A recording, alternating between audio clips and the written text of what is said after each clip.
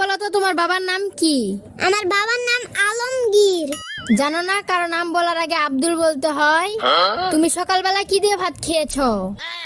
আব্দুল টাকি মাছ দিয়ে।